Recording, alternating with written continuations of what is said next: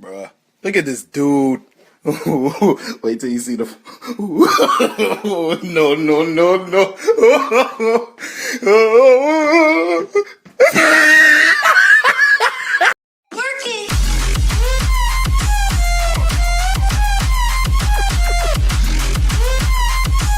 Hey guys, what is up? It's your boy MoodZi back at it again with another Dragon Ball review. And boys, it does feel so weird to actually review on time. This is probably the first, I think this is the first time on the second YouTube channel which I review the Dragon Ball manga chapter that just released. This manga chapter released not even 24 hours ago. But perhaps when I do release this video, it will be 24 hours. But anyways. This chapter has a lot of information and a lot of interesting things that will basically set up the conflict that's going to happen in the next few chapters. But before we actually go there, we must start first with Whis and Goku, as Whis asks Goku if he understands the difference between himself and the angels. Well, apart from him being able to resurrect people back to life, having Ultra Instinct at will, having infinite knowledge, travel in speeds faster than light. Nothing, no, absolutely not. But anyways, Goku initially remarks that he doesn't have a halo around his neck. Though, it is kind of funny that Goku did have a halo on his head when he was dead. And I think Whis' displeasure of that response is trying to give Goku a halo by trying to basically attempt to murder him with the staff, which I found was pretty hilarious. But it was also to illustrate that for him to actually use Ultra Instinct, the next step of using Ultra Instinct is to use it and utilize it how Whis does, and basically utilizes it as base form. And I think this is a very fantastic touch.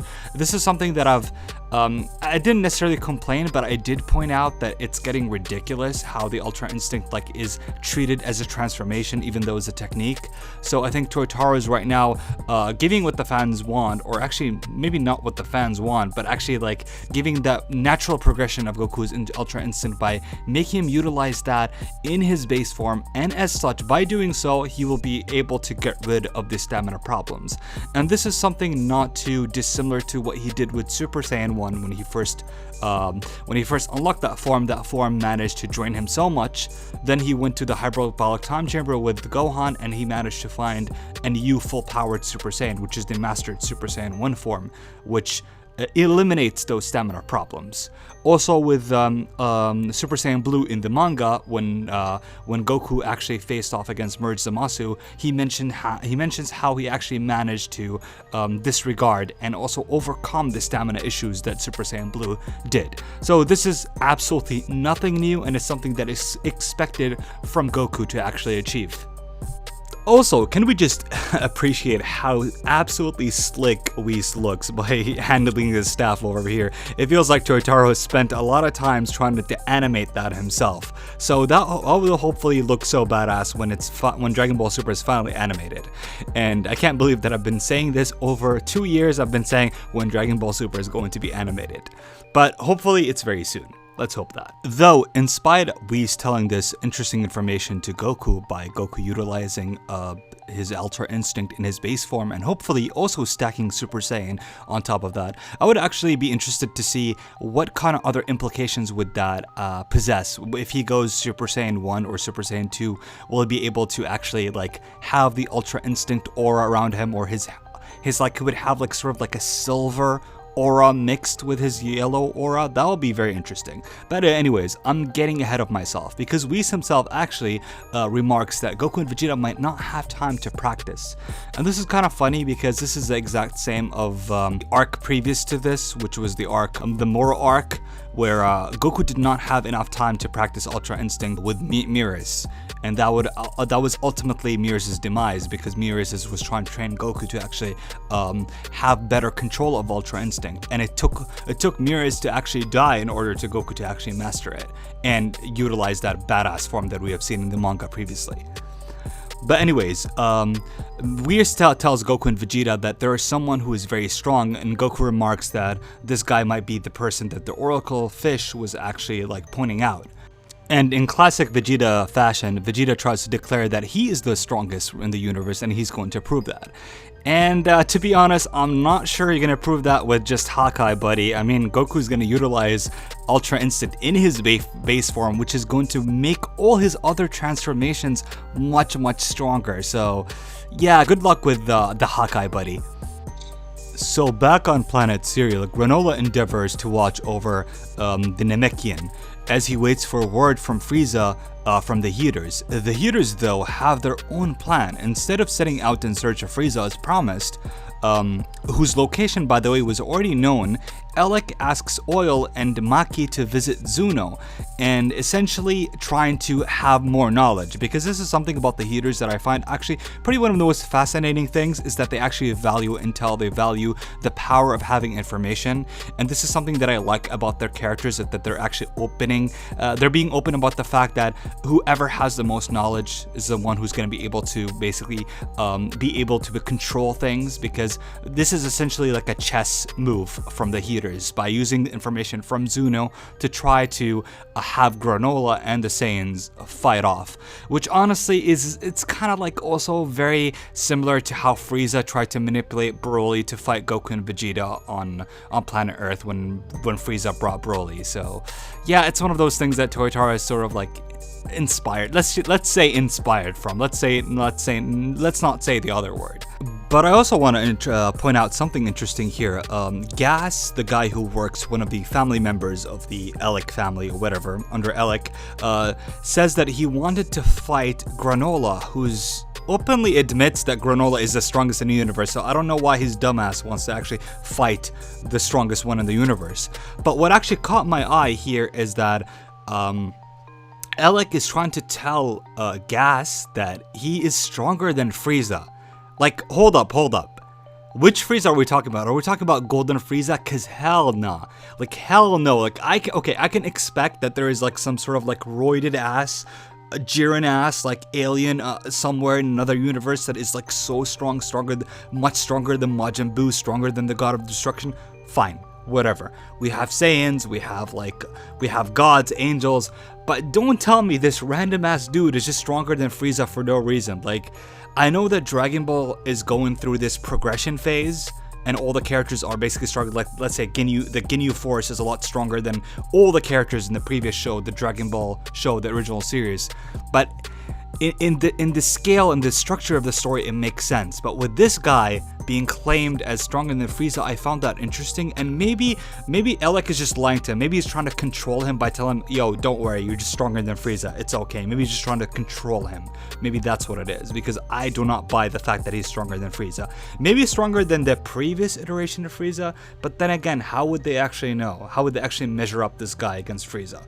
So back to Zuno, who's apparently possessed by Master Roshi's instincts for being a pervert, and basically suggests that he needs a kiss from Oil on the cheek to tell them all the to answer all the questions that they need, because he has infinite knowledge. And I really like this, that they're trying to use Zono again in the series and trying to basically utilize his infinite knowledge to construct a plan in order to like know where to press and know where the Saiyans' weaknesses. And it's kind of funny, interesting that the weaknesses of the Saiyans are their wives, and it makes sense, because I really would hate it if they come up with some bullshit like weakness that we never heard. But their family, friends, Earth, the things that they want to protect, it would make sense that that's their weakness. And that's where they head off to, by the way. They head off to Earth and they talk to Bulma and Vegeta and tell them about that they're going to give them money in order to have Goku and Vegeta fight against Granola. And that's what actually happens. Bulma contacts Whis and tells Goku and Vegeta to come back to Earth. But before that, I'd like to point out possibly the highlight of this chapter is Goku closing his eyes and dodging Whis' staff and basically trying to utilize and train in order to attain Ultra Instinct in his base form. And I think it's really interesting, the contrast between the two characters, because we have never seen this before. We usually see Goku and Vegeta training at the same time with Whis, but this time it's sort of like two instructors, Whis being a teacher and Beerus being a teacher as well, and trying to train both Goku and Vegeta. And I found this probably, honestly, I had a lot of good time enjoying reading this section of the chapter, because you see Goku just basically improving his Ultra Instinct, closing it as his eyes, and not utilizing it, just like using it basically in his base form. And I would really love to see how that carries when he uses Super Saiyan, because the thing about Super Saiyan and Super Saiyan 1, 2, especially when it progresses to 3, Goku has to manage so much emotion. Like the trigger of Super Saiyan is getting angry. And sort of like Ultra Instinct is the antithesis of that, is basically trying to suppress your emotion, control your emotion. So it would be really interesting to see how Goku can simultaneously go Super Saiyan and also control his emotions. So I think that's sort of fascinating. And also we see Vegeta sort of like mastering Hakai in no time, essentially. And even Beerus gives Vegeta his earring, and this like a sign to suggest that he is a worthy god of destruction. Maybe not a god of destruction, but someone who's worthy to be a god of destruction. And I thought that was interesting. And I also like the shot of Vegeta just facing this large waterfall in front of him, and just having Whis basically launching and tossing these pillars, and Vegeta simultaneously blowing them one by one. By the way, can somebody help me? Like, I don't understand what is the difference between a normal explosion and a Hakai explosion. Because one of the things about Hakai, it's not supposed to cause an explosion, right? It's supposed to dematerialize whatever it's in front of it. It's not supposed to be like a boom in it, because you're basically destroying something on the molecular level. Basically, you're erasing it from its existence rather than just blowing them up. So I don't know, maybe it's because it's not super controlled yet, maybe because Vegeta's not a god of destruction, I don't know. But I just like the shot, and I like just the chemistry that Vegeta's building with Beerus, and also Beerus also challenging Whis by telling him, yo, my pupil is better than your pupil, and he gives him the earring, and Whis gives Goku the like signs his shirt basically, or give him the Whis sign that we've seen in Resurrection of F. And I thought that was basically the highlight of this chapter, just basically Whis and this is probably like Whis and Beerus being the most involved, is just emotionally in terms of what's happening in the plot. But yeah, after Vegeta and Goku visits the Heaters, which by the way have a hidden agenda, the reason why they actually went to Earth, not just to have Goku, Vegeta to fight Granola and get rid of them, but to also use the Dragon Radar, which by the way, they mentioned that the Dragon Balls might be like frozen maybe in stone, though in the last chapter, chapter 59, I'm pretty sure that Gohan mentioned that the Dragon Balls were there. They were there to use on the lookout. So I don't know, maybe this is a plot hole, maybe they did use the Dragon Balls but they didn't tell us. But anyways, I would actually go with the latter, but maybe Toyotaro still forgot. But anyways, they actually go with the Heaters, and they travel to Planet Cereal, and they're basically, the Heaters are playing on both ends. They're telling Granola that, yo, we have the Saiyans with us, the Saiyans that work with Friezas, they're assassins, they're bad people, and they're also feeding false information to Goku and Vegeta and try to make them fight against each other. So basically it's very, very similar to how the Broly movie went. But in this instance, instead of like Broly being sent to Earth, it's Goku and Vegeta, it's the Saiyans, Goku and Vegeta being sent to Planet Cereal. So we'll see what happens. Whis remarks a bunch of times that this guy isn't evil, he's not a bad person.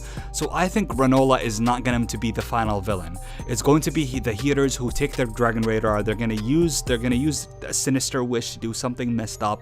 I don't know what it is. Maybe they're gonna make gas very strong, maybe stronger than everyone else. Who knows? That'll be lame, anyways. But yeah. Honestly, so far, I think the arc has lots of potential, but I just feel like a little bit of it right now is predictable, but also I don't feel that super invested in it, even though I did like this chapter. This chapter was really nice. I did enjoy it. I did enjoy the progression, because one of the things that you like about Dragon Ball is sensing progression. However, one thing that I don't like, and I have to point that out, is once again we're seeing a lack of screen time from the other characters. Whereas Piccolo, whereas Gohan, again, Goten and Trunks, no side of them. It's just Goku and Vegeta centric. I don't know, I feel like there's no confidence with the other characters. They feel like the manga, people were not gonna read the manga if there is no Goku and Vegeta. I don't know, I would argue otherwise. I would personally argue otherwise. But let's see what happens. I really enjoyed this chapter, and if you did, let me know, tell me guys, and I'll see you guys in the next one. Peace.